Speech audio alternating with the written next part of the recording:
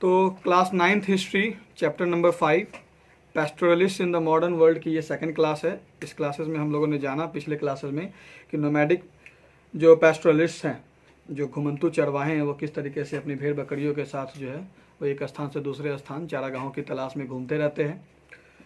हम लोगों ने जाना इसके फर्स्ट टॉपिक में पैस्टोरल्स, नोमैड्स एंड देयर मूवमेंट्स के बारे में कि जम्मू कश्मीर के जो गुज्जर बकरवाल्स हैं ये किस तरीके से जाड़े में जो है वो पहाड़ से नीचे उतर आते हैं और गर्मी में फिर पहाड़ पर चले जाते हैं। जाड़े में जो है नीचे उतरकर भंवर में आ जाते हैं और गर्मी में फिर चढ़कर बुग्याल्स में चले जाते हैं। ठीक है, इनके जो गांव का नाम है, मतलब टेम्पररी ही गांव होता है क्योंकि ये लोग तो जगह शिफ्ट करते रहते हैं। तो गढ़वाल और कुमाऊं है। फिर इसी तरह इन्हीं की तरह जो हिमाचल प्रदेश के जो गड्डी सेफर्ड्स हैं, ये जो है वो ज़्यादातर लाहौल और स्पीति में जो है वो अपना समर बिताते हैं। लाहौल और स्पीति ये पहाड़ी पर जो है वो क्या है इनका गांव है। वो एक घर का नमूना दे रखा है, ठीक है, गुज्जर मंडप। वो आप फिगर नंबर 2 में देख सकते हो कि वहीं पे इस तरह के घर में वो रहते हैं। पहाड़ी बांस और घास फूस के बने ये मकान होते हैं। ठीक है, तो ये लोग शिवालिक रेंज में हिमाचल प्रदेश के जो गड्डी सेफर्ड है वो आ जाते हैं। ठीक है, और फिर जो है फिर जब ये जाड़ा ख़त्म होता है तो फिर गर्मी में ये चढ़कर ऊपर चले जाते हैं लाहौल और स्पीति। इसके बाद हम लोगों ने जाना कि जो है 1.2 में हम लोगों ने ये पढ़ा कि सारे पैस्टोरलिस्ट जो हैं वो माउंटेन्स पर ही नहीं होते। कुछ पैस्टोरलिस्ट जो है वो प्लेट्यू, प्लेन्स और डेजर्ट में भी होते हैं। हम लोगों ने महाराष्ट्र की धंगर कम्युनिटी के बारे में जाना, जो कि इनकी पॉपुलेशन 20th सेंचुरी में 467,000 थी। और ये जो है वो अक्टूबर में जो है ये लोग जो है वो बाजरा उगाते हैं। ठीक है, और ये लोग जो है वो क्या होते हैं, मानसून के आधार पर जो है मानसून और सूखे के आधार पर जगह बदलते हैं। फिर हम लोगों ने कर्नाटका और आंध्र प्रदेश के सेंट्रल प्लेट्यू के बारे में जाना, वहाँ के गोल्ला हर्डेड के बारे में जाना, गोल्ला कुरुबा के बारे में हम लोगों ने जाना। राजस्थान के रईकास के बारे में जाना, और एक नाम और था राजस्थान के रईका में ही शामिल है, माड़ू। ये आगे में चर्चा में था, आगे में चर्चा में भी है। ठीक है, आपके सेकंड टॉपिक में। तो ये लोग जो माड़ू जो है वो कैमल के अलावे जो है वो भेड़ बकरी भी पालते हैं।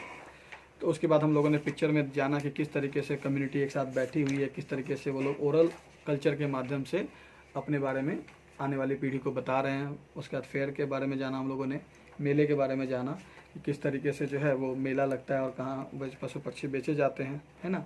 और फिर हम लोगों ने एक और पिक्चर 10 में देखा कि किस तरीके से जो है वो कच्छ ऑफ रन में जो लोग हैं वो किस तरीके से अपने मवेशियों के साथ पास्चर लैंड की तलाश में इधर जा रहे हैं। तो कॉलोनियल रूल के बारे में हम लोगों ने ये जानना है। अब सेकंड टॉपिक है colonial rule and pastoral life. तो कॉलोनियल रूल ये होता है कि जब कोई दूसरा देश आपके देश में आ जाता है और अपना आधिपत्य जमा लेता है, अपना उपनिवेश स्थापित कर लेता है, तो उसको जो उपनिवेशवाद कहते हैं, कॉलोनियलिज्म कहते हैं। ठीक है, तो ये जो सेकंड टॉपिक है, ठीक है, चूँकि हमारे देश में जो है वो पहले राजा महाराजा हुआ करते थे, तो इन अंग्रेज़ों को आकर यहाँ पर व्यापार करने के पर्पज़ से आए और इन्होंने अपना अधिकार जमा लिया। ठीक है, तो इन्होंने अपना अधिकार ही नहीं जमाया बल्कि हमारे लोगों को डोमिनेट भी किया हर तरीके से। इनफैक्ट वो कुछ दिनों के लिए 200 सालों के लिए लगभग 200 साल क्या उससे ज़्यादा ही, ऐसा कहा जाता है कि 1857 में फर्स्ट इंडिपेंडेंस की लड़ाई हुई थी रानी लक्ष्मीबाई के नेतृत्व में। लेकिन ये सच्चाई है कि 1600 ईस्वी में ही 17th सेंचुरी में ही जो है वो लोग आ चुके थे और उस समय से इंडिया पे उन्होंने कब्जा करना स्टार्ट कर दिया था। तो हालांकि ये पैस्टोरल्स के बारे में हम लोग 19th सेंचुरी और 20th सेंचुरी की चर्चा कर रहे हैं।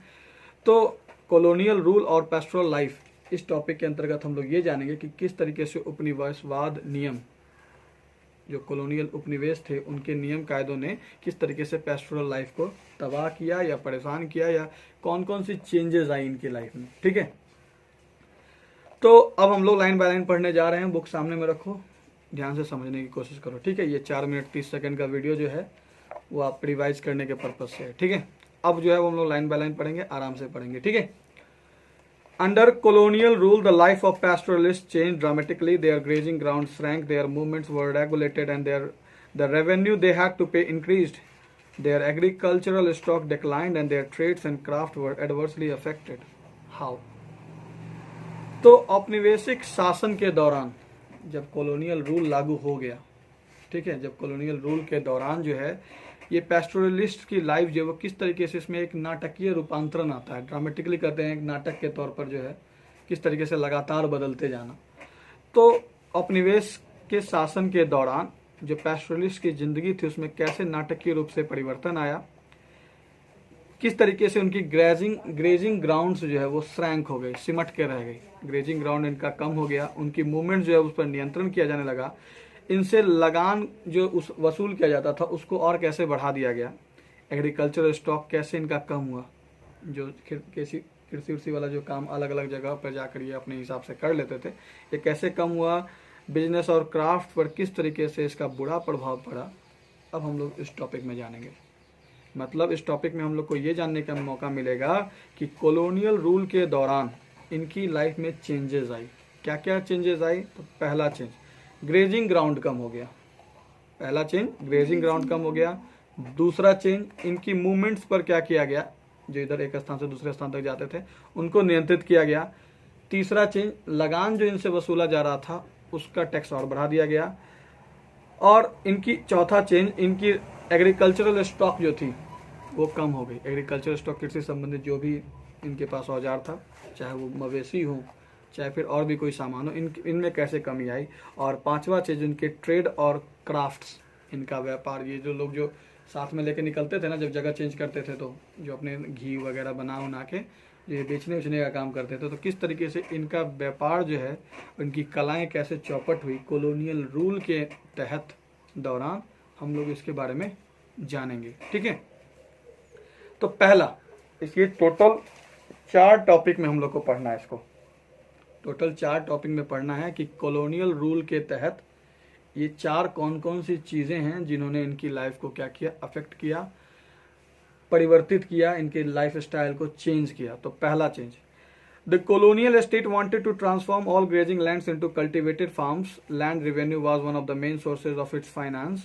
By expanding cultivation, it could increase its revenue collection. It could at the same time produce more jute, cotton, wheat and other agricultural produce that were required in England. To colonial officials, all uncultivated land appeared to be unproductive. It produced neither revenue nor agricultural produce. It was seen as wasteland that needed to be brought under cultivation. From the mid-19th century, wasteland rules were enacted in various parts of the country. By these rules, uncultivated lands were taken over and given to select individuals. These individuals were granted various concessions and encouraged to settle these lands. Some of them were made headmen of villages in the new cleared areas. In most areas, the land taken over were actually grazing tracts used regularly by pastoralists, so expansion of cultivation inevitably meant the decline of pastures and a problem for pastoralists.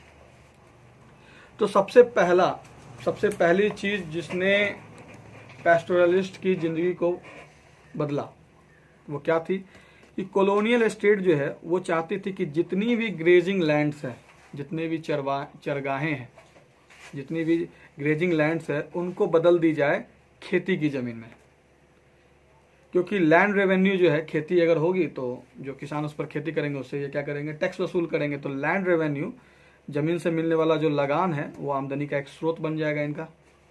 तो इन्होंने क्या सोचा कि grazing land को क्या करें, सबसे पहले खेती वाले ज़मीन में तब्दील कर दें। कल्टीवेशन को एक्सपैंड करने से क्या होता, इनकी रेवेन्यू कलेक्शन जो है, लगान की कलेक्शन वो बढ़ जाती। एट द सेम टाइम अगर खेती होती है तो जूट, कॉटन, वीट और भी एग्रीकल्चरल प्रोड्यूस जो है जिसका इंग्लैंड में बहुत ज़्यादा डिमांड था, उसकी डिमांड को पूरा किया जा सकता था। तो कॉलोनियलिज्म जो था, कॉलोनी रूल जो थी, उनका तो यही मकसद था कि यहाँ से जो भी उत्पादन हो रहा है उसका व्यापार करके ये लोग क्या करें, इंग्लैंड भेज दिया करें। तो कॉलोनियल स्टेट जो है वो सारी ग्रेजिंग लैंड को क्या करना चाहती थी, खेती की ज़मीन में तब्दील करना चाहती थी, क्योंकि लैंड रेवेन्यू, ज़मीन से मिलने वाला जो लगान है वो उनके फाइनेंस का मेन स्रोत होता था। कल्टीवेशन को एक्सपैंड करके वो क्या करना चाहते थे, रेवेन्यू कलेक्शन करना चाहते थे, और at the same time revenue भी कलेक्ट होता और जूट, कॉटन, वीट जैसी और भी कोई भी एग्रीकल्चर प्रोड्यूस है जिनका इंग्लैंड में डिमांड होता, उनको भी पूरा किया जा सकता था। तो कॉलोनियल ऑफिशियल्स के लिए जो अनकल्टिवेटेड लैंड था वो अनुपयोगी था, अनप्रोडक्टिव था। इसका मतलब उनके लिए कुछ था नहीं। तो इससे जो है अनप्रोडक्टिव था, उस पर कुछ होता नहीं था, ना खेती होती थी ना कुछ होता था, इनको कहीं से आमदनी नहीं होती थी। तो इससे ना तो रेवेन्यू आती थी ना एग्रीकल्चर प्रोड्यूस होता था। जिस जमीन पर चरगाहें थे उस जमीन से ना तो उस जमीन पर ना तो खेतियों के फसल आता था, जूट कपास कुछ भी नहीं आता था, और ना ही लगान जो है वो आती थी। तो इसको जो है वेस्टलैंड का दर्जा दिया गया। इसको वेस्टलैंड का क्या किया गया, दर्जा दिया गया। वेस्टलैंड के तौर पर इसे देखा गया और ये समझा गया कि इसे खेती के लायक बनाना है। फिर क्या था, मिड 19th सेंचुरी में वेस्टलैंड रूल्स जो है वो पास किया गया। बहुत सारे कंट्री के बहुत सारे हिस्सों में जो है वो क्या किया गया, वेस्टलैंड रूल्स पास किया गया। इस रूल के तहत जो है जो अनकल्टिवेटेड लैंड था, अनकल्टिवेटेड लैंड कहो या चरगाहे कहो, ठीक है, पैस्चर लैंड्स कहो, तो इस रूल के तहत, कौन से रूल के तहत, वेस्टलैंड रूल्स के तहत जो अनकल्टिवेटेड लैंड था उसको ले लिया गया। किसके द्वारा, कॉलोनियल रूल के तहत। कॉलोनियल्स के हाथों में ये जो है, कॉलोनियल ऑफिसर्स के हाथों में जो है ये सारा जमीन चला गया और जो गिने चुने खास लोग थे उन लोगों को ये जमीन दे दी गई। ये इंडिविजुअल्स जो है उन्हें छूट दी गई और इनको जो है वो कहा गया कि ज्यादा से ज्यादा जमीन को आप क्या करिए, खेती के लायक बनाइए। ठीक है, ज्यादा से ज्यादा जमीन को है जो है वो खेती के लायक बनाइए। कुछ लोगों को, जो सिलेक्टेड इंडिविजुअल्स, जिनको जो है वो ये जिम्मेदारी दिया गया, जिनको हेडमैन बनाया गया, जिनको कुछ विशेषाधिकार दिया गया, उनको कहा गया कि आप क्या कीजिए कि ज्यादातर जमीन को खेती के लायक बनाइए। कुछ लोगों को जो है वो गांव का हेडमैन बनाया गया और एरिया क्लियर करने की क्या कर दी जाए, छूट दे दी गई। उनको सपोर्ट किया जाने लगा उनके द्वारा। किनके द्वारा, कॉलोनियल्स के द्वारा। और फिर क्या था, in most areas the lands taken over were actually grazing tracts used regularly by pastoralist. तो अब जो है इन लोगों को जो हेडमैन बना दिया गया और ये कहा गया कि ज्यादा से ज्यादा जमीन को आप क्या कीजिए, खेती में तब्दील कीजिए, खेती के लायक बनाइए। तो ज्यादातर जमीनों पर जो पहले जो है इन जमीनों को, इन ग्रेजिंग ट्रैक्ट्स को पैस्टोरलिस्ट के द्वारा इस्तेमाल किया जाता था। इन चरगाहों को चरवाहे जो है वो इस्तेमाल करते थे अपनी भेड़ बकरियां चराने के लिए। इन सारी जमीनों को इन्होंने लेना शुरू कर दिया और इनको खेती के लायक बनाना शुरू कर दिया। तो इस तरीके से खेती के जमीन में जो विस्तार हुई वो, इसका मतलब जो ये था कि पास्चर लैंड में कमी थी और चरवाहों के लिए समस्या। तो पहले टॉपिक में हम लोगों ने क्या जाना कि कॉलोनियल स्टेट ने क्या तय किया कि सारी ग्रेजिंग लैंड्स को जो है वो कल्टीवेटेड लैंड्स में तब्दील करेंगे। जितने भी जगह पर क्या हो रही थी, चरवाहे जा रहे थे, भेड़ बकरी चरा रहे थे, उनको उन्होंने सोचा कि सबसे पहले क्या करेंगे, कल्टीवेटेड लैंड में तब्दील करेंगे, क्योंकि उनको लैंड रेवेन्यू चाहिए थी। और जिन ग्राउंड्स पर ग्रेजिंग होती थी उनसे ना तो खेती होती थी उन पर, ना कि उससे वो रेवेन्यू कलेक्ट कर सके। तो ना तो खेती होती थी ना रेवेन्यू आता था, और रेवेन्यू जो है उनको अपना चाहिए था अपने बिजनेस को बढ़ाने के लिए, अपने पास धन इकट्ठा करने के लिए। तो कॉलोनियल ऑफिसर्स ने क्या किया कि अनकल्टिवेटेड लैंड को अनुपयोगी माना, क्योंकि इससे जो है वो रेवेन्यू नहीं आ रही थी, ना एग्रीकल्चर प्रोड्यूस आ रहा था, और उसको वेस्ट लैंड का दर्जा दिया। और वेस्ट लैंड रूल्स जो है वो मिड 19th सेंचुरी में क्या किया, कंट्री के अलग अलग हिस्सों में लगा दिया। इस रूल्स के तहत जो है वो अनकल्टिवेटेड लैंड को क्या कर दिया गया, ले लिया गया और कुछ खास लोगों को दे दिया गया। इन खास लोगों को, जिन लोगों को ये जमीन दे दी गई, इन लोगों को विशेषाधिकार मिला और इन लोगों को कहा गया कि सारी जमीनों को आप क्या करिए, खेती के लायक बनाइए। फिर और इसमें से कुछ लोगों को हेडमैन बना दिया गया। नई जो एरिया क्लियर करवाई गई थी, पास्चर उसको हटा करके नई एरिया जो क्लियर करवाई गई थी, ऐसे जगहों पर क्या किया गया, हेडमैन बना दिया गया।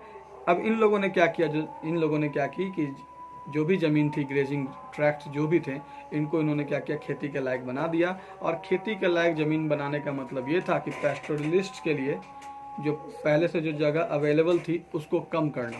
तो इस तरीके से उनके लिए जगह कम हो गई और उनकी समस्याएं बढ़ गई। सेकंड जो दूसरा प्रभाव पड़ा कॉलोनियल रूल का पैस्टोरलिस्ट पे, वो देखो। By the mid 19th century various forest acts were also being enacted in different provinces there, though these acts some forest which produced commercially valuable timber like deodar or sal were declared reserved. No pastoralist was allowed access to these forests. Other forests were classified as protected. In these, some customary grazing rights of pastoralists were granted, but their movement were severely restricted. The colonial officials believed that grazing destroyed the sapling and young shoots of tree that germinated on the forest floor. The herds trampled over the saplings and munched away the shoots. This prevented new trees from growing. तो second जो असर पड़ा वो असर ये था कि mid 19th century में बहुत सारे जंगल्स रिलेटेड कानून बनाए गए, फॉरेस्ट एक्ट्स बनाए गए। किनके द्वारा? कॉलोनियल रूल के द्वारा जो है बहुत सारे क्या किए गए, कानून बनाए गए, फॉरेस्ट एक्ट्स बनाए गए और उनको लागू किया गया विभिन्न अलग अलग राज्यों में। ये एक्ट्स जो थे ये एक्ट्स उन्हीं फॉरेस्ट की तरफ लगाया गया जिसमें जो है वह व्यापार की दृष्टि से वैल्यूएबल टिम्बर्स मौजूद थे, जैसे देवदार और साल। तो देवदार और साल जैसे टिम्बर जिन जंगलों में मौजूद थे उन जंगलों में क्या किया, इन्होंने फॉरेस्ट एक्ट लगा दिया। तो जिन जंगलों में व्यापार की दृष्टि से जो वैल्यूएबल टिम्बर देवदार जैसे साल जैसे होते थे, इन जंगलों को रिजर्व घोषित कर दिया गया, आरक्षित, संचय किया हुआ, संभाल कर रखा हुआ जो है वो क्या किया गया, घोषित कर दिया गया। इसमें जो है वो किसी पैस्टोरलिस्ट को घुसने की इजाजत नहीं थी, जबकि दूसरे सारे फॉरेस्ट जिसमें देवदार और साल जैसे टिम्बर नहीं थे उनको प्रोटेक्टेड घोषित किया गया, संरक्षित, कि ये निगरानी में है। ठीक है, हालांकि कुछ कस्टमरी ग्रेजिंग राइट्स दिए गए पैस्टोरलिस्ट को, कुछ कस्टमरी जो है परंपरागत अधिकार जो है वो पैस्टोरलिस्ट को दिए गए, लेकिन उनकी आवाजाही पर सख्ती से नजर रखा गया, सख्ती से पाबंदी रखी गई कि प्रोटेक्टेड रिजर्व में तो आप घुस ही नहीं सकते, प्रोटेक्टेड में घुस भी सकते हो, तो इनकी आवाजाही पर सख्ती से ध्यान रखा गया। बट उनकी जो मूवमेंट थी उन पर पाबंदी थी। कॉलोनियल ऑफिशियल्स अब ये मानने लगे कि ये जो ग्रेजिंग जो है, जो पैस्टोरलिस्ट के द्वारा जंगलों में घुसाकर ये जो चरवाही की जाती है, इससे क्या होता है कि जो नई सैपलिंग्स है, नए छोटे छोटे पौधे निकलने वाले होते हैं, ये बर्बाद हो जाती है। जो यंग शूट्स हैं, जो पेड़ से निकलने वाली टहनियाँ हैं, जो फॉरेस्ट फ्लोर पर निकलने वाले छोटे छोटे पौधे हैं, ये बर्बाद हो जा रहा है।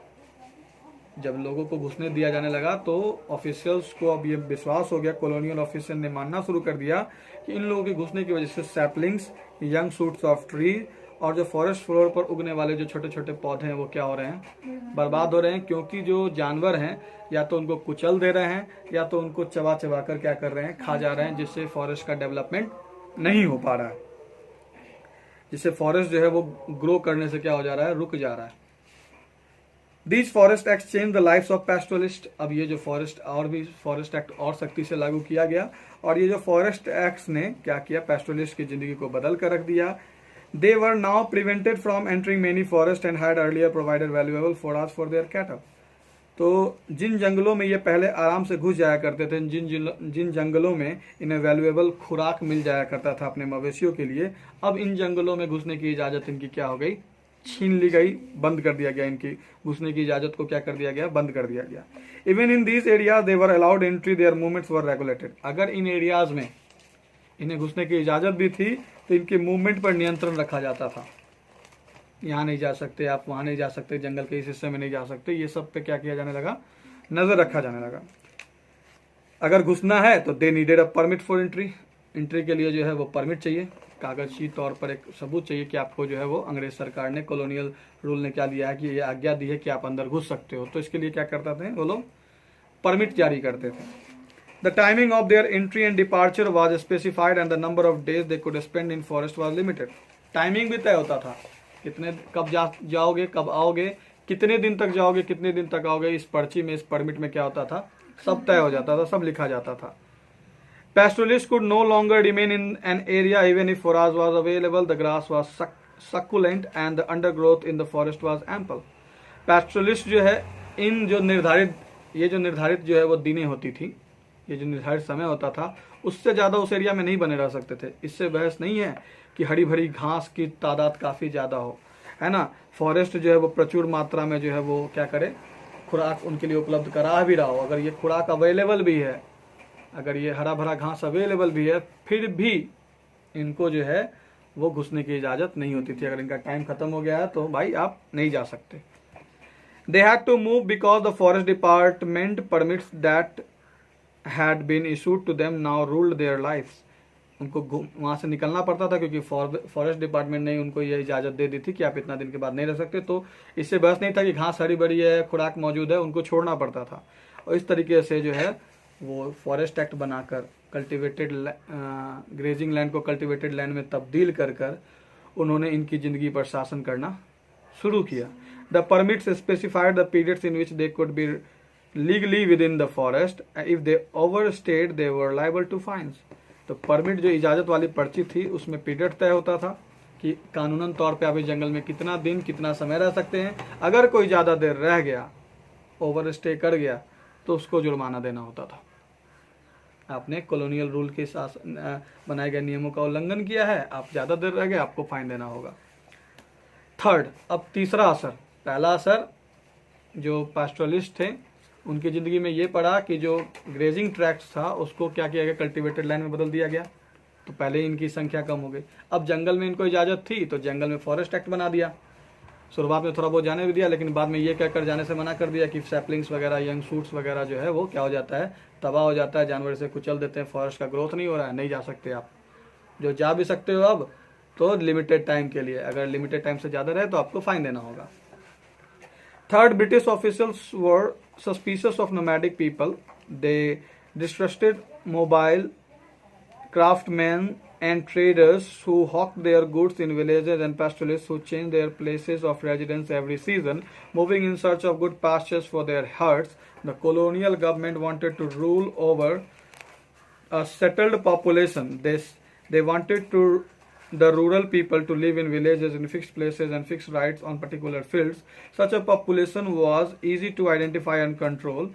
Those who were settled were seen as peaceful and law-abiding. Those who were nomadic were considered to be criminal. In 1871, the colonial government in India passed the Criminal Tribes Act. By this act, many communities of craftsmen, traders, and pastoralists were classified as criminal tribes. They were stated to be criminal by nature and birth. Once this act came into force, these communities were expected to live only in notified village settlements. They were not allowed to move out without a permit. The village police kept a continuous watch on them. तो तीसरा असर जो पड़ा वो ये है कि third, British officials ने शक की नज़र से इन नोमैडिक पीपल को देखना शुरू किया। घुमंतु जो लोग थे, चरवाहे थे, इनको शक की नज़र से देखना शुरू किया। ये लोग इन पर विश्वास नहीं करते थे। जो लोग भी क्राफ्टमैन हुआ करते थे, घूम फिर कर गाँवों में जो बेचने वाले, कलाकृति बेचने वाले जो कारीगर होते थे, व्यापारी होते थे, इन लोगों पे ये लोग जो कॉलोनियल ऑफिसर जो है क्या नहीं करते थे, भरोसा नहीं करते थे। और पैस्टोरलिस्ट जो बराबर अपना जगह, रहने की जगह को बदलते रहते थे, पास्चर लैंड की तलाश में एक स्थान से दूसरे स्थान तक जाते रहते थे। कॉलोनियल गवर्नमेंट चाहती थी कि इसे एक सेटल्ड पॉपुलेशन के तौर पर क्या किया जाए, बसाया जाए, ताकि वो उन पर शासन कर सके। वो चाहते थे कि नोमैडिक लोग जो हैं, ये पैस्टोरलिस्ट जो हैं, वो जो भोजन की तलाश में, खुराक की तलाश में, जानवरों मवेशियों की खुराक की तलाश में जो एक स्थान से दूसरे स्थान तक बदलते रहते हैं, इन पर इन कॉलोनियल ऑफिसर्स का विश्वास नहीं था। ये जो लोग जो अपनी कलाकृतियाँ या फिर ट्रेडर्स जो है छोटा मोटा व्यापार कर लेना, घी वगैरह का, ऊन वगैरह का, इन लोग को लोग वो डिस्ट्रस्ट करते थे, इन पर विश्वास नहीं करते थे और इन पर हमेशा जो है वो क्या करते थे, शक की निगाह से देखते रहते थे। तो ये कॉलोनियल गवर्नमेंट जो है वो चाहती थी कि सेटल्ड पॉपुलेशन पर रूल किया जाए। दे वांटेड, वो चाहते थे कि रूरल पीपल जो है, गांव में रहने वाले लोग गांव में ही रहें, फिक्स प्लेसेस पे रहें, फिक्स अधिकार के साथ रहें। ऐसे पॉपुलेशन को आइडेंटिफाई करना और कंट्रोल करना आसान होता था। जो लोग भी कॉलोनियल रूल्स को मानते थे, एक जगह बस गए आके, ठीक है, नहीं जा रहे हैं कहीं, जा भी रहे हैं तो फिर उसी जगह पे वापस आ रहे हैं, अपनी आइडेंटिटी उन्होंने उनसे ले रखी, आइडेंटिटी बनवा रखी है। तो जो लोग भी एक जगह रह रहे थे उनको पीसफुल और लॉ अबाइडिंग माना गया कि ये शांत लोग हैं, लॉ अबाइडिंग के कानून मानने वाले लोग हैं। और जो लोग भी नोमैडिक हुआ करते थे, एक स्थान से दूसरे स्थान तक घूमते रहते थे, अगर कॉलोनियल रूल की बात नहीं मानी उन्होंने तो उनको जो है वो क्रिमिनल घोषित कर दिया जाता था। 1871 में 1871 में कॉलोनियल गवर्नमेंट ने जो है वो क्रिमिनल ट्राइब्स एक्ट पास कर दिया। इंडियन कॉलोनियल गवर्नमेंट जो इंडिया में थी उसने क्या किया, क्रिमिनल ट्राइब एक्ट पास कर दिया। इस एक्ट के तहत क्राफ्टमैन, ट्रेडर्स और पैस्टोरलिस्ट की कम्युनिटी को क्या किया गया, जन्म से ही और स्वभाव से ही क्रिमिनल बता दिया गया कि ये लोग क्रिमिनल ही हैं। Once this act came into force, जैसे ही ये एक्ट जो है वो शुरू हुआ, ये कम्युनिटीज जो है उनसे उम्मीद की जाने लगी कि ये जो है वो नोटिफाइड विलेजेस सेटलमेंट्स में ही रहेंगे, मतलब जो अधिसूचित है, जो सूचना में है, जो जिसकी जानकारी गवर्नमेंट को है, वो उसी एरिया में रहेंगे। जैसे ही ये नियम पास हुआ वैसे ही अब उनको जो है वो बिना परमिट के एक स्थान से दूसरे स्थान जाने की इजाज़त नहीं थी। और विलेज पुलिस जो है, गांव की पुलिस जो है, गांव में पुलिस तैनात किए गए और ये इन लोग इन पर नज़र रखते थे। तो पहला असर ग्रेजिंग ट्रैक्ट से कल्टिवेटेड लैंड में तब्दील करना, जिससे इनका ज़मीन कम हो गया। अब ये जो जंगल में जा रहे थे तो फॉरेस्ट एक्ट बना दिया। और अब जब ये जो लोग, अब जंगल कम हो गया, जंगल में भी घुसना इनका अलाउ बंद हो गया, अलाउ जो कर रहे थे वो बंद हो गया फॉरेस्ट एक्ट के तहत, जो मिड 19वीं सेंचुरी में लागू हुआ। ग्रेजिंग ट्रैक्ट्स जो है वो ये जो है वो कल्टिवेटेड लैंड्स में बदल गई, कल्टिवेटिंग लैंड्स में बदल गई। तो ये लोग जो है वो अब क्या करते थे, अपने जीवन को सपोर्ट करने के लिए अपनी बनाई सामान को एक स्थान से दूसरे स्थान तक बेचते थे। तो एक स्थान पर जो लोग रहेंगे तो उनको आइडेंटिफाई करना, उन पर शासन करना इनके लिए आसान था। तो इन्होंने क्या किया, जो लोग इधर उधर भटकते रहते थे उनको उन पर विश्वास करना पहले बंद किया और क्रिमिनल एक्ट लागू कर दिया 1871 में, क्रिमिनल ट्राइब्स एक्ट। और इसके तहत जो लोग इनकी बात नहीं मानते थे, जो लोग क्राफ्टमैन, ट्रेडर्स और पेस्टलिस्ट की कम्युनिटी से बिलोंग करते थे, इनको क्रिमिनल ट्राइब्स बना दिया गया। जैसे ही ये बनाया गया तो लोग काहे अपने आप को क्रिमिनल कहलाएंगे, ये लोग जो है वो अधिसूचित जो नोटिफाइड विलेज सेटलमेंट था वहाँ जाकर बसने लगे, है ना। और उनकी जो है वो अब यहाँ से जब उनको कहीं जाना होता था तो परमिट लेके जाना होता था, परमिट लेके ही जो है वो एक स्थान से दूसरे स्थान तक जाते थे। और विलेज पुलिस जो है उन पर क्या करती थी, सदा नज़र बनाए रखती थी। Fourth, to expand its revenue income the official government looked for every possible source of taxation. अब चौथा असर देखेंगे हम लोग कि to expand its revenue income the colonial government looked for every possible source of taxation. चौथा ये था कि अपनी रेवेन्यू कलेक्शन को, इनकम को बढ़ाने के लिए कॉलोनियल गवर्नमेंट जो है वो हर तरीका टैक्सेशन का आजमाई, कैसे इन लोगों से भी पैसा वसूल किया जाए, कैसे इनकी टैक्स में बढ़ोतरी हो, है ना, कैसे ये अपना भला कर पाए। इसके लिए हर संभव कोशिश इन्होंने, लगान वसूली की हर संभव कोशिश उन्होंने इख्तियार कर ली, अपना लिया। So tax was imposed on land, on canal water, on salt, trade goods, even on animals. तो टैक्स जो है हर तरीके से वो टैक्स वसूल करना चाहते थे। तो टैक्स लगाया कहाँ कहाँ, जमीन पर लगाई, कैनल वाटर नहरों की पानी पर लगाई, सॉल्ट पर लगाई, ट्रेड गुड्स पर लगाई, इवन एनिमल्स पर भी टैक्स लगा दिया। एनिमल्स रख रहे हो तो उसका भी हमें टैक्स चाहिए। Pastoralists had to pay tax on every animal they grazed on the pastures। तो चारगाहों में जब चरवाही के लिए ले जाया करते थे, चराने के लिए ले जाया करते थे, तो एक एक जानवर पर इनको टैक्स पे करना होता था कॉलोनियल ऑफिशियल्स को। In most pastoral tracts of India grazing tax was introduced in the mid 19th century. ज़्यादातर चरवाही इलाकों में इंडिया के ग्रेजिंग टैक्स जो है वो लागू किया गया आपको मिड 19th सेंचुरी में। The tax per head of cattle went up rapidly and the system of collection was made increasingly efficient। तो जो टैक्स था पर हेड वो जो है वो लगातार बढ़ने लगा। आज 1 रुपया, कल 2 रुपया कर दिया, कल परसों 2.5 रुपया कर दिया। तो ये जो टैक्स था वो लगातार बढ़ता जाता और सिस्टम ऑफ कलेक्शन जो था उसको और जो है वो गहराई से और भी प्रभावी ढंग से और भी मजबूती वाले ढंग से वसूल किया जाता। पहले कुछ नहीं भी दिया, शुरुआत में किया तो कुछ नहीं भी दिया तो कोई बात नहीं, लेकिन अब क्यों नहीं दोगे, मतलब एक बार ट्राई किया कि टैक्स लगा के देखते हैं दिया कि नहीं। जब देना शुरू किया, जैसे ही उन्होंने एक्सेप्ट किया, बस सख्ती से सब पे क्या करने लगे वो लोग, टैक्स वसूल करना शुरू कर दिया। In the decades between 1850s and 1880s the right to collect the tax was auctioned out to contractors. 1850 और 1880 के दशक में, 1815 डिकेड्स का मतलब हो गया कि 1850 से लेकर 1860 के बीच में, ठीक है। तो 1850 और 1880 के दशक में जो है ये टैक्स वसूलने का काम कॉन्ट्रैक्टर्स को दे दिया गया। तो these contractors try to extract as high a tax they could to recover the money they had paid to the state and earn as much profit as they could within the year. अब जो ये contractors को मिला, तो जो ठेकेदार किस्म के लोग होते हैं वो ज़्यादा से ज़्यादा टैक्स वसूलेंगे, तब ना जो रिक्वायर्ड टैक्स है, जो मांगा गया टैक्स है, वो उनको क्या कर सकें, दे सकें। जो जिन्होंने भी इनको नियुक्त किया है उनको दे सकें। वो क्या कर सकते थे, अगर कॉन्ट्रैक्टर है जब तक ज़्यादा सख्ती से नहीं वसूलेंगे तब तक सब देगा नहीं, और जितना ज़्यादा वसूल होगा उतनी ज़्यादा इनके प्रॉफिट में हिस्सेदारी होगी। मान के चलो अगर कॉन्ट्रैक्टर को दे दिया गया कि भाई आप इतने एरिया का क्या करो, टैक्स वसूलो, इसमें से जो है अगर आप 1000 वसूलोगे तो हम आपको 100 रुपया जो 10% कमीशन दे देंगे। तो वो तो चाहेगा ना भाई कि 10,000, 15,000, 20,000 हो ताकि उसका 10% वो बढ़ता जाए। तो अगर इस साल 10,000 कलेक्शन किया तो अगले साल और भी जो है वो सख्ती से क्या किया, 15,000 कलेक्शन किया, ताकि इनका 10% इनकी मुनाफा जो है वो इनका बढ़ता रहे। तो 1850 और 1880 के दशक में जो है वो कलेक्शन, टैक्स के कलेक्शन का अधिकार जो है वो किसको दे दिया गया, कॉन्ट्रैक्टर्स को दे दिया गया। ये कॉन्ट्रैक्टर्स जो है वो जितनी ज़्यादा से ज़्यादा टैक्स जो है इनसे वसूल किया करते थे, ताकि अपना हिस्सेदारी, प्रॉफिट की हिस्सेदारी को वो क्या कर सकें, बढ़ा सकें। 1880s में, by the 1880s the government began collecting taxes directly from the pastoralist. 1880 के बाद पहले कॉन्ट्रैक्टर था, अब गवर्नमेंट ने क्या किया, खुद से कलेक्ट करना शुरू किया, अपने आदमी को बेचकर कलेक्ट करवाना शुरू किया। Each of them was given a pass, हर लोगों को एक पास दिया जाता। To enter a grazing tract, इलाके में, ग्रेजिंग ट्रैक्ट में, ग्रेजिंग वाले इलाके में घुसने के लिए a cattle herder had to show the pass and pay the tax.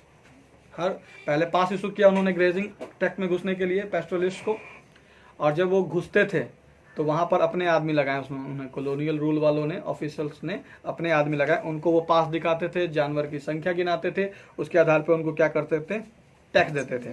The number of cattle heads he had and the amount of tax he paid was entered on the pass, और pass में कितना जानवर घुसा रहे हैं, है ना, और कितना अमाउंट उन्होंने पे किया, वो जो है वो उस पास में लिख दिया जाता था। तो 4 तरीके से क्या हुआ, उन्होंने क्या करी, उनके जीवन पर राज करना शुरू कर दिया। अब है how did these changes affect the life of pastoralist. अब ये जो 4 तरह की चेंजेस आए, पहला चेंज ग्रेजिंग ट्रैक्ट का कल्टीवेटेड लैंड में बदल जाना, फॉरेस्ट एक्ट, फिर क्रिमिनल एक्ट, और चौथा हर जानवर पर टैक्सेशन बढ़ाने के लिए। तो ये इन 4 चीजों ने जो है, इन 4 चेंजेस ने पैस्टोरलिस्ट की जिंदगी को किस तरीके से प्रभावित किया, अब हम लोग जानेंगे। These measures led to a serious shortage of pastures। अब जो भी आप देखो, जो भी 4 नियम बनाए गए, इसमें सबसे ज्यादा नुकसान हुआ तो पैस्चर्स को ही नुकसान हुआ। शॉर्टेज ऑफ पैस्चर्स हो गई, चरगाहों की कमी आ गई, जगह ही कम पड़ गया, जंगल में नहीं जा सकते, फील्ड को खेतों में तब्दील कर दिया, ठीक है, पर जानवर पर टैक्स लगा दिया, है ना, इन लोगों को क्रिमिनल बता दिया गया। तो इन सब वजहों से जो है वो पास्चर, चारागाहों की जमीन में क्या हो गई, कमी हो गई। When grazing lands were taken over and turned into cultivated field, the available area of pasture land declined। जब ग्रेजिंग लैंड को जो है वो ले लिया गया और कल्टीवेटेड फील्ड में तब्दील कर दिया गया, बदल दिया गया, तो जो वैल्यूएबल एरिया थी, जो मूल्यवान पास्चर लैंड था, उसकी मात्रा में क्या हो गई, कमी हो गई। ठीक उसी प्रकार similarly the reservation of forest meant that shepherd and cattle herder could no longer freely pasture their cattle in the forest. और फिर जब फॉरेस्ट को रिजर्व घोषित कर दिया गया, तो जो कैटल हर्डर्स हुआ करते थे, शेफर्ड्स हुआ करते थे, वो अब आज़ादी से अपने जानवरों को चारा के लिए जंगलों में घुसा नहीं सकते थे। तो ये सारी प्रॉब्लम जो है वो आनी शुरू हो गई। As pasture land disappeared under the plough, the existing animal stock had to feed on whatever grazing land remain. अब जैसे जैसे चारागाह जो है वो खेती में बदलने लगे, तो जो एग्जिस्टिंग एनिमल स्टॉक था, जो पहले से जो संख्या में जो लोग जानवर को रखते थे, अब इनको खिलाने के लिए जो बचा खुचा जो जमीन था, जहाँ जो खेती में नहीं, जो खेती लायक नहीं थी और जिस पर जंगल नहीं था, उस जमीन पर ये लोग जाने लगे। अब this led to continuous intensive grazing of these pastures. अब इसकी वजह से जब एक ही जगह बार बार जाओगे तो उसका ज्यादा से ज्यादा इस्तेमाल होगा उस पास्चर लैंड का। Usually nomadic pastoralists graze their animals in one area and move to another area. These pastoral movements allow time for the natural restoration of vegetation growth। तो जनरली अब जो बचा हुआ था उस पर जाने लगे, तो ज्यादा से ज्यादा उस जगह का इस्तेमाल होने लगा। तो यूजुअली जो नोमैडिक, पहले जो नोमैडिक पैस्टोरलिस्ट थे वो क्या करते थे, एक स्थान पर चरवाही किया, उसको छोड़कर दूसरे स्थान तक चले गए। तो जिस स्थान को छोड़कर जाते थे तो फिर से अगर हरी भरी चीजें आ जाती थी, फिर से दूसरा पास्चर लैंड उनके लिए तैयार हो जाता था। लेकिन अब तो जगह ही कम पड़ गई। When restrictions were imposed on pastoral movement, grazing land came to be continuously used and the quality of pastures declined। अब जब रेस्ट्रिक्शंस जो है वो सख्ती से लागू किया गया पैस्टोरलिस्ट के मूवमेंट पर, दूसरा जगह भी खोज सकते थे जहाँ खेती या जंगल नहीं है, लेकिन मूवमेंट पे भी तो उन्होंने कंट्रोल कर दिया था कि आप सेटल्ड रहो, एक जगह में बसो, क्योंकि नहीं बसोगे तो क्रिमिनल बता दिया जाता था इनको, और पास इशू किया जाने लगा अगर आपको कहीं जाना है तो जब रेस्ट्रिक्शन जो है वो लागू किया गया इनके मूवमेंट पर, तो ग्रेजिंग लैंड जो है वो ज्यादा से ज्यादा इस्तेमाल होने लगी, जो भी बचा हुआ था। इसका मतलब ये था कि जो क्वालिटी था, पहले वाली जो क्वालिटी थी, अब वैसी क्वालिटी रही नहीं, क्योंकि किसी जगह बार बार जा रहे तो घास फूस उगने में भी तो वक्त लगता है। This in turn created a further shortage of forage for animals and the deterioration of animal stock under cattle underfed cattle died in large numbers during scarcities and famines. अब इसकी वजह से जो है वो क्या हुआ, खुराक में कमी आ गई। इसकी वजह से क्या हुआ, खुराक में जो है वो कमी आ गई। जो जानवरों की संख्या थी उसमें कमी आ गई, क्योंकि जानवर की संख्या कम क्यों होने लगी, क्योंकि कमी की वजह से, खुराक की कमी की वजह से। और किसी साल अगर अकाल पड़ जाता, सूखा आ जाता, तो जानवरों की संख्या जो है वो क्या होती, कम होने लगती, वो लोग मरने लगते। How did pastoralist cope with this changes, तो अब इन चेंजेस से कैसे निपटने का काम पैस्टोरलिस्ट ने किया। अब हम लोग इस टॉपिक में ये पढ़ेंगे कि ये जो चेंजेस लगातार उनकी ज़िंदगी में, ये 4 तरह की चेंजेस कौन कौन सी, ग्रेजिंग टैक्स का, कल्टीवेटिंग लैंड्स में बदलना, फॉरेस्ट एक्ट, क्रिमिनल एक्ट और टैक्स। तो ये 4 चीज़ों से पैस्टोरलिस्ट ने अपने आप को कैसे संभाला, इन 4 बदलावों से अपने आप को कैसे संभाला, कैसे सपोर्ट किया, उसके बारे में हम लोग पढ़ेंगे अब। तो pastoralist reacted to these changes in variety of ways. Some reduce the number of cattle in their herds since there was not enough pasture to feed large numbers. Others discovered new pastures when movement to old grazing grounds became difficult. After 1947, the camel and sheep herding Raikas, for instance, could no longer move into Sindh and graze their camels on the banks of the Indus as they had done earlier. The new political boundaries between India and Pakistan stopped their movement. So they had to find new places to go. In recent years, they have been migrating to Haryana, where sheep can graze on agricultural fields after the harvests are cut. This is the time that the fields need manure that the animals provide. तो पैस्टोरलिस्ट ने इन changes से कैसे निपटा, कैसे संभाले वो अपने आप को इन बदलती हुई परिस्थितियों में, इसके बारे में हम लोग जानेंगे। तो पैस्टोरलिस्ट ने जो है जैसे जैसे बदलाव आ रहा था उसके हिसाब से अपने आप को ढालना शुरू किया। कुछ लोगों ने तो अपनी कैटल की संख्या कम कर दी, जो मवेशी जितनी संख्या में थे उनकी संख्या को क्या किया इन्होंने, कम कर दिया। तो कुछ लोगों ने क्या किया, since there was not enough pasture to feed large animals, तो बड़ी संख्या में लोगों जानवरों को खिलाने के लिए उनके पास पास्चर नहीं होता, तो भूखे मारने से अच्छा था कि इन्होंने क्या किया, संख्या कम कर दी पहले। दूसरे लोगों ने क्या किया, नए पास्चर लैंड ढूंढने की तलाश में ओल्ड ग्रेजिंग लैंड से जो है वो अदर्स डिस्कवर्ड न्यू पास्चर्स। दूसरे लोगों ने क्या किया कि नए पास्चर लैंड की तलाश की। जब पुराने एरिया में जाना डिफिकल्ट हो गया, पुराने ग्रेजिंग ट्रैक्ट्स में जाने की इजाज़त नहीं थी, तो नए पास्चर लैंड की तलाश की। कुछ लोगों ने जानवर कम कर दिया क्योंकि कम तो खिला नहीं सकते थे। 1947 के बाद कैमल और शिप हर्डिंग रैका, क्या नाम था कैमल और शिप का, जो कैमल रखते थे वो रैका में आते थे, और मारू जो है वो क्या थे, शिप और गॉड्स भी रखते थे। तो 1947 में जो कैमल और शिप हर्डिंग रैकाज थे, रैका लोग थे, वो लोग क्या कर सकते थे, अब सिंध में नहीं जा सकते थे। सिंध में जो है वो नहीं जा सकते थे, अपने कैमल को इंदू नदी के किनारे चरा नहीं सकते थे। अब बात समझ में आया। 1947 में क्या हो गया कि कैमल और शिप हर्डिंग रैकाज जो है एग्जाम्पल के तौर पर, ये लोग जो है वो सिंध में नहीं जा सकते थे, अपने कैमल्स को, अपने ऊँटों को इंदू नदी के किनारे जो है वो चरवाही के लिए नहीं ले जा सकते थे जैसा कि वो पहले करते थे। जो द न्यू पॉलिटिकल बाउंड्रीज, जो इंडिया और पाकिस्तान के बीच जो नई बाउंड्री खींची गई, उसने इन लोगों को जाने से, वहां पहुंचने से क्या कर दिया, मना कर दिया, रोक दिया। So they had to find new places to go. अब इनको नई जगह चाहिए थे जाने के लिए। In recent years, they have been migrating to Haryana, where sheep can graze on agricultural field after the harvests are cut. This is the time that the fields need manure that the animals provide. तो पहले के सालों में, पिछले सालों में जो है ये लोग जो है वो हरियाणा चले जाया करते थे। यहाँ पर जिनकी शिप जो है वो क्या करती थी, एग्रीकल्चर फील्ड में चरा करती थी और मैन्योर्स जो है वो छोड़ दिया करते थे ये लोग, है ना। जो हार्वेस्ट जब फसल कट जाती तो जो डंठल नीचे का बच जाया करता, नीचे वाला हिस्सा, उसको ये जो शिप लोग है वो खाया करते। और ऐसे वक्त में हरियाणा के ऐसे किसानों को जो है वो मैन्योर की जरूरत होती, तो इनका जो मैन्योर इनसे जो प्राप्त होता था, इन शिप से जो मैन्योर प्राप्त होता था वो इनके लिए खेत के लिए इस्तेमाल किया जाता था। तो ये जो हरियाणा के जो किसान लोग हैं वो इनको अलाउ कर देते थे। तो पहले ऐसा होता था, लेकिन अब जो है वो भी अलाउ बंद हो गया। तो कैसे संभाला इन्होंने इन चेंजेस को, पहले संख्या कम करी क्योंकि कम खिला नहीं सकते थे, ज़्यादा रखने का मतलब ज़्यादा खिलाना पड़ता था। दूसरे साइड लोगों ने नई जगह खोज ली, ठीक है। जब ग्रेजिंग जो है वो ग्रेजिंग के लिए जो पर्याप्त जगह नहीं मिलने लगी, ग्रेजिंग डिफिकल्ट हो गया, तो लोगों ने नई जगह खोज ली। 1947 में जो रैका हैं वो अब सिंध में नहीं जा सकते थे, जो है ना, सिंधु घाटी में वो नहीं जा सकते थे, जहाँ पे इंदू नदी है, जिसके जिसके किनारे पहले वो अपने ऊँट को ले जाया करते थे, तो वहाँ आप नहीं ले जा सकते थे। फिर क्या हुआ, इंडिया और पाकिस्तान की जो बाउंड्रीज तैयार हुई, इन्होंने भी एक स्थान से दूसरे स्थान तक जाने के लिए रोका, तो इसलिए इन्हें नए जगह चाहिए। पहले क्या करते थे ये लोग कि हरियाणा में चले जाते थे, हरियाणा में माइग्रेट करके चले जाते थे, जहाँ पर सिर्फ जो है एग्रीकल्चर फील्ड पर क्या करती थी, चरवाही करती थी, चारा इन्हें मिल जाता था और मैन्योर छोड़ देते थे, जो हरियाणा के किसानों के लिए क्या होता था, लाभदायक होता था, मिट्टी के लिए क्या होता था, लाभदायक होता था। Over the years some richer pastoralist began buying land and settling down, giving up their nomadic life.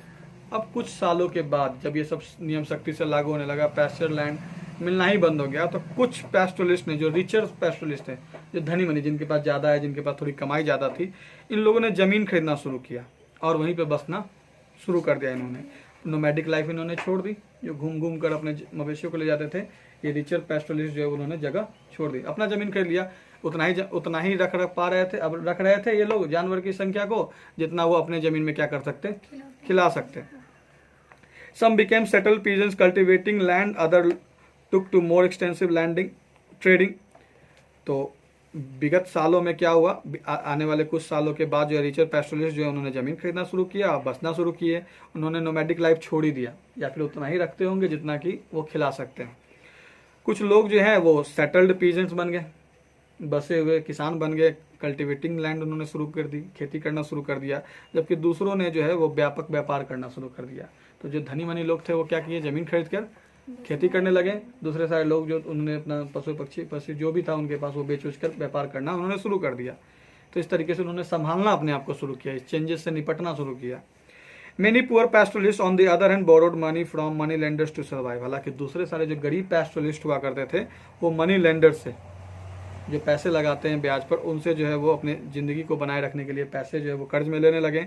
Eight times they lost their cattle and sheep and became labourers working on fields और in small towns. कभी कभी जब पैसे नहीं चुका पाते तो मवेशी जो है वो कैटल वो बेच दिया करते और लेबरर बन जाया करते, मजदूर बन जाया करते, और खेतों में, छोटे छोटे शहरों में खेतों में क्या करने लगते, वो काम करने लगते। तो जो रिचर सेक्शन था, जो रिचर पैस्टोरलिस्ट थे, उन्होंने ज़मीन खरीदी, खेती करना शुरू किया, नोमैडिक लाइफ उन्होंने छोड़ दी।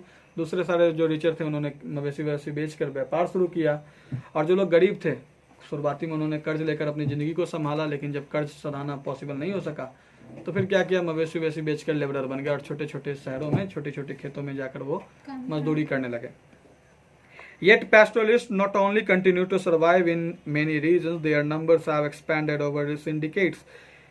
When pasture land in one land was close to them, they changed the direction of their movement, reduced the size of the herd, combined pastoral activities with other forms of income, and adapted to the changes to the modern world.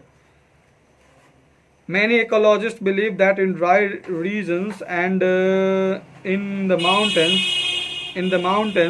pastoralism is still ecologically the most viable form of life.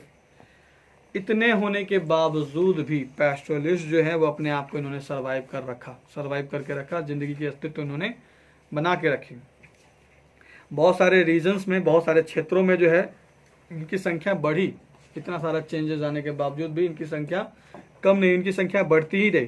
Pasture land, जब एक स्थान पर जब pasture land कम हो जाता, बंद हो जाता, एक स्थान का पास्चर लैंड उनके लिए बंद हो जाता, तो वो अपना डायरेक्शन चेंज कर देते, अपनी मूवमेंट दिशा, चलने की दिशा को बदल देते हैं, साइज कम कर देते हैं। जो भी इनके पास नंबर था, मवेशी की जो भी संख्या थी, उनकी साइज को कम कर देते हैं, पेस्टोरल एक्टिविटी करते हैं, दूसरा भी काम कर लेते हैं, ताकि अगर चरवाही करके नहीं जानवरों को खिला सके तो अपने सपोर्ट के लिए वो चारा भी खरीद सके, अपने खाने के लिए वो भोजन की व्यवस्था भी कर सके। इसके लिए वो क्या कर सकते थे, दूसरा उन्होंने व्यापार भी क्या कर दिया, शुरू कर दिया। तो अपने आप को इस विकट परिस्थिति में संभालने के लिए क्या किया इन्होंने, नए तरीके अपनाए। जब एक स्थान पेस्टर लैंड के तौर पर बंद हो जाता तो ये अपना मूवमेंट चेंज कर देते, अपनी दिशा बदल देते, साइज कम कर देते और नए तरह के बिजनेस वगैरह जो है वो शुरू कर देते, जिससे इनकम आ सके, और इनकम आ सके तो वो अपने आप को भी सपोर्ट कर सकते थे और जानवरों को भी के लिए भी चारा उपलब्ध खरीद कर सकते थे। तो मॉडर्न वर्ल्ड में इस तरीके से चेंजेस को उन्होंने अपनाया। Many ecologists believe that in dry regions and in the mountains, pastoralism is still ecological the most viable form of life. बहुत सारे इकोलॉजिस्ट, पारिस्थिति विज्ञानी, परिस्थिति और पारिस्थिति में अंतर होता है। पारिस्थिति में चारों ओर की स्थिति, वातावरण का अध्ययन करने वाले को इकोलॉजिस्ट कहते हैं। तो मैनी इकोलॉजिस्ट ने ये भी मानते हैं कि अभी भी ड्राई रीजन्स में और माउंटेन्स में पैस्टोरलिज्म जो है वो अभी भी अपने बूते पर चलने वाला अभी भी ये समुदाय जो है वो अभी भी मॉडर्न वर्ल्ड में मौजूद है। बहुत ज़्यादा नहीं, लेकिन अभी भी ये मौजूद है। Such changes were not experienced only by pastoral communities in India. In many other parts of the world, new laws and settlement pattern forced pastoral communities to alter their lives. ये जो चेंजेस आए, such changes were not experienced only by pastoral communities in India. India के pastoral communities के द्वारा ही ऐसे changes को face नहीं किया गया। In many parts of the world, दुनिया के कई हिस्सों में नए कानून जो बने, नए सेटलमेंट का जो कानून बना, इससे जो है वो पैस्टोरल कम्युनिटीज जो है उनकी लाइफ में बहुत ज़्यादा परिवर्तन आया। तो how did pastoral communities elsewhere cope with this changes in the modern world. तो बाकी सारे जगहों पर इंडिया में तो बदलाव कैसे आया, पैस्टोरलिस्ट ने अपने आप को कैसे ढाला, वो तो हम लोगों ने पढ़ लिया। बाकी दुनिया के अलग अलग हिस्सों में जब कानून बना, जब सेटलमेंट संबंधित नियम बने, तो बाकी दुनिया के हिस्सों में किस तरीके से बदलाव आया पैस्टोरल कम्युनिटीज़ के अंदर, वो क्या क्या बदलाव उन्होंने किए, वो जो है मॉडर्न वर्ल्ड में किस तरीके से अपने आप को ढाला उन्होंने इस नए कानून से निपटने के लिए या कानून के अंदर अनुसार अपने आप को ढालने के लिए, ये हम लोग पढ़ेंगे। और ऐसे ही एक टॉपिक है पैस्टोरलिज्म इन अफ्रीका, जो हम लोग अगले क्लास में करेंगे। ठीक है, तो पैस्टोरलिज्म इन अफ्रीका के बारे में पढ़ेंगे। इंडिया के बारे में हम लोगों ने पढ़ लिया कि 4 तरह के चीज़ें रूल के तहत जो है वो नियम बनाई गई, और इन चारों ने क्या किया, ज़िंदगी को किस तरीके से प्रभावित किया, लेकिन प्रभावित होने के बावजूद भी किस तरीके से लोगों ने अपने आप को संभाला, संख्या कम कर दी, जगह बदल लिया, व्यापार शुरू कर दी, एक जगह बस के खेती करना शुरू कर दिया। तो इन सब तरीकों को अपनाकर लोगों ने, पैस्टोरलिस्ट ने क्या किया, अपनी ज़िंदगी को मॉडर्न वर्ल्ड के अनुसार ढाला। और इस तरीके से जो है वो चैप्टर जो है वो इंडिया से रिलेटेड क्या क्या बदलाव हैं पैस्टोरलिस्ट की ज़िंदगी में, वो हम लोगों ने जाना। आप लोग देखो, बार बार वीडियोस बार बार देखो, ठीक है, और किताब सामने में रख के पढ़ना, एक भी प्रॉब्लम नहीं आएगा। ठीक है, तो चलो आज के लिए फ़िलहाल इतना ही। देखते हैं क्वेश्चन आंसर भी जो है ना, अगर संभव हुआ तो हम दे देंगे। ठीक है।